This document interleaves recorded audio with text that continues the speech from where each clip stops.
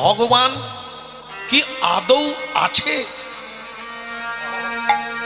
বয়স তো আপনার অনেক হলো, অনেক গীতা ভাগবত পড়লেন, পুরাণ পাঠ করলেন, কি পেলেন, কি জানলেন, কি বুঝলেন এতদিনে? তা আপনি যদি তার সারাংশ আমাকে বলেন, আদৌ কি ভগবান আছে?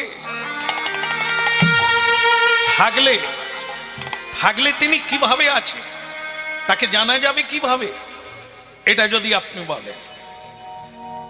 মন্ত্রী বললেন, আর কিছু বলবেন না, এটা উত্তর দিতে থাকবো। বললেন, আর একটা কথা হলো, যদি ভগবান থাকেন তাহলে তিনি কোন দিকে তাকান? কোন দিকে তাকান? এর উত্তরটা আপনি দেবেন। বলছেন, মহারাজ তাহলে কি এবার শুরু করব?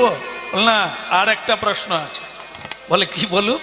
বলি, যদি আপনার দ্বিতীয় কথা অনুসারে ভগবান থাকেন, তাহলে ভগবান কি করে?